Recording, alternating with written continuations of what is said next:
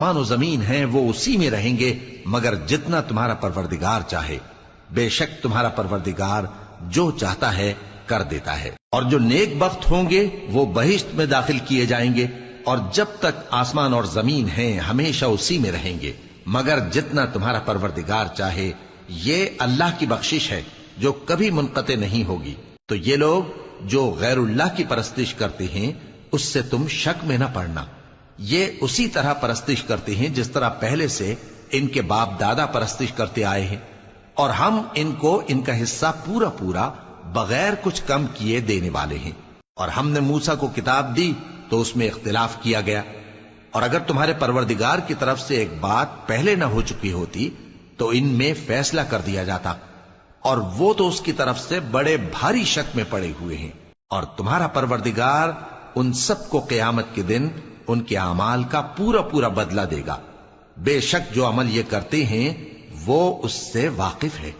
सो ऐ पैगंबर, जैसा तुमको हुक्म होता है उस पर तुम और जो लोग तुम्हारे साथ तायब हुए हैं कायम रहो और हद से तजावुज न करना। वो तुम्हारे सब अमाल को देख रहा है। और मुसलमानों, जो लोग जालिम हैं उनकी तरफ माइल न होना, नहीं तो तुम्हें भी दोज़ख की आग आ लिपटेगी और अल्लाह के सिवा तुम्हारे कोई दोस्त नहीं होंगे, फिर तुम्हें कोई मदद भी न मिलेगी। और दिन के दोनों सिरों यानी सुबह और शाम के औकात में और रात की चंद सातों में नमाज पढ़ा करो। कुछ शक नहीं कि नेकियां गुनाहों को दूर कर देती हैं। ये उनके लिए नसीहत है जो नसीहत कबूल करने वाले हैं। और सब्र किए रहो कि अल्लाह नेकुकारों का अज्र जाया नहीं करता। तो जो उम्मतें तुमसे पहले गुजर चुकी हैं उनमें ऐसे होशमंद क्यों न हुए जो मुल्क में खराबी करने से रोकते।